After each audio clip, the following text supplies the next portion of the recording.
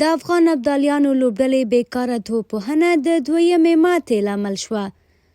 افغان ابدالیانو لوبډلې د سریلانکا د الف لوبډلې پر وړاندې په دویمه یو ورځنۍ لوبه کې هم نه منونکې ماتې وخوړه.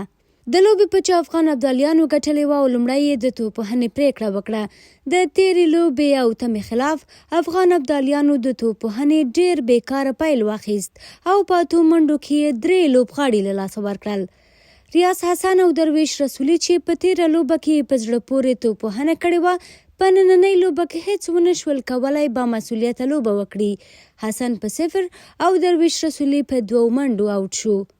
په کمو منډو او زر د پیلیزو او لومړنیو منځنیو لوبغاړو له لاسه ورکول د دې لامل شول چې پر پاتې لوبغاړو فشار زیات شي.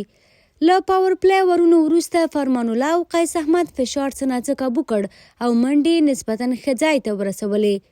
د افغان ابدالیانو لپاره قیس احمد 46، فرمان الله 32 او شهید الله کمال 14 ډېرې منډې وکړې. خو د پاتې لوبغاړو هم د پیلیزو لوبغاړو په څیر مزه نه وه او د هدف په جوړولو کې چندان مثبت رول نه درلود.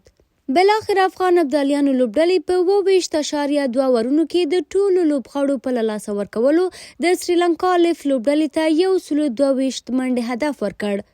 خو دا چې هدف د ډیلس میتود له مخې 101 ته راکم شوی و، سریلانکایي توپوهونکو هم په ډېرې اسانۍ ترلاسه کړ. د سریلانکا الف لوبډلې په 15.2 اورونو کې 101 منډې پوره کړې او په دې سره یې افغان ابدالیانو ته په دویمه یو ورځنۍ لوبه کې هم ماتې ورکړه. په همدې حال کې که څه هم یو شمېر مینوال د لوبډلې په جوړښت نیوکه نه لري، خو د لوبغاړو پر ځان باور او رواني چمتووالي ته خواشیني دي.